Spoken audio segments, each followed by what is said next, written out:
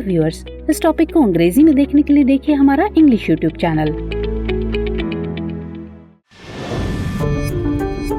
दृष्टि IAS के to the point programme में आपका स्वागत है। आज के एपिसोड में हम बात करेंगे संथाल विद्रोह की, लेकिन सबसे पहले जान लेते हैं कि टॉपिक आखिर चर्चा में क्यों है।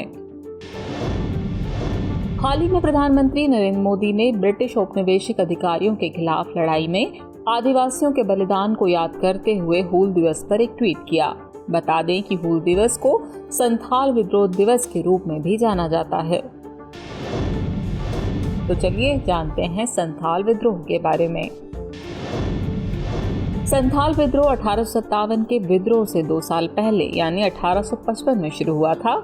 इसे अक्सर भारतीय स्वतंत्रता के लिए पहला युद्ध कहा जाता है। ये संथालों के नेतृत्व में उपनिवेशवाद के खिलाफ एक संगठित युद्ध था जो उत्पीड़न के विभिन्न रूपों जैसे आर्थिक और सामाजिक आदि के खिलाफ खड़ा था। इस विद्रोह का नेतृत्व 2 भाइयों सिद्धू और कान्हू ने किया था, जिसमें 32 से अधिक जातियों और समुदायों की भागीदारी देखी गई। ये विद्रोह दामिन एकोह क्षेत्र में हुआ था। दामिन एकोह का अर्थ होता है पहाड़ियों का किनारा। यह क्षेत्र वर्तमान झारखंड में पड़ता है, विशेष रूप से पूर्वी झारखंड के साहिबगंज जिले की राजमहल पहाड़ियों के आसपास।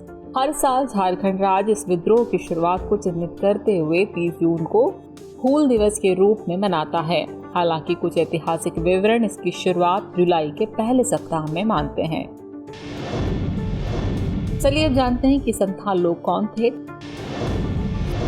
तो संथाल लोग या संथाली आधुनिक संथाल परगना के मूल निवासी नहीं थे, बल्कि 18वीं शताब्दी के अंत में बीरभूम और मानभूम क्षेत्र, जो कि वर्तमान में बंगाल से हैं, से स्थानांतरित हुए थे। संथाल परगना में झारखंड के 6 जिले शामिल हैं, जिनमें शामिल हैं दुमका, पाकुड़, गोड्डा, साहिबगंज, देवघर और जामताड़ा के कुछ हिस्से। 1770 में बंगाल में पड़े अकाल के कारण संथालों ने पलायन करना शुरू कर दिया। आज संथाल समुदाय भारत का तीसरा सबसे बड़ा आदिवासी समुदाय है, जो झारखंड, बिहार, ओडिशा और पश्चिम बंगाल में फैला हुआ है। अब यह भी जान लेते हैं कि संथाल विद्रोह आखिर हुआ क्यों था। कारणों की बात करें तो जमींदारों, पुलिस और राजस्व और अदालत ने संथालों पर जबरन वसूली और विभिन्न प्रकार के अत्याचारों की एक संयुक्त प्रणाली का प्रयोग किया। इसके कारण यह विद्रोह पनपा। इसके प्रमुख कारणों में शामिल है: पहला, जमींदारी प्रथा एवं उसके दुष्प्रभाव। दूसरा, दीकुओं यानी बाहरी लोगों की जनसंख्या में वृद्धि एवं संथालों पर अंकुश। तीसरा कारण था साहूकारों की मजबूत स्थिति। चौथा कारण था संथालों की ऋण वृद्धि। पांचवा कारण था सामाजिक और छठा कारण था राजनीतिक। और आखिर में बात उन प्रभावों की जो इस विद्रोह के चलते क्रिएट हुए। इस विद्रोह के दौरान संथालों ने अपनी सेना बनाई और अंग्रेजों के खिलाफ गुरिल्ला युद्ध में लग गए। उन्होंने 10,000 से अधिक संथाल लोगों का सैन्यीकरण किया।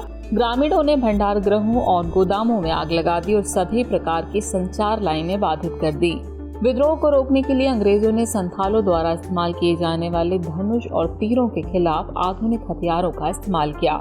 जमींदार सरकार के समर्थन में थे, जबकि स्थानीय लोगों ने पूरी ताकत से संथालों का समर्थन किया। अंग्रेजों ने सिद्धू और कान्हू दोनों भाइयों को गिरफ्तार कर लिया और संथालों का दमन किया गया, जिससे 1856 में यह आंदोलन समाप्त हो गया। चलिए अब वक्त हो चला आज के टॉपिक से रिलेटेड अभ्यास प्रश्न को नोट करने का। तो अभ्यास प्रश्न है, संथाल विद्रोह के संबंध में निम्नलिखित कथनों पर विचार कीजिए। कथन 1 है, यह विद्रोह 1857 में शुरू हुआ था।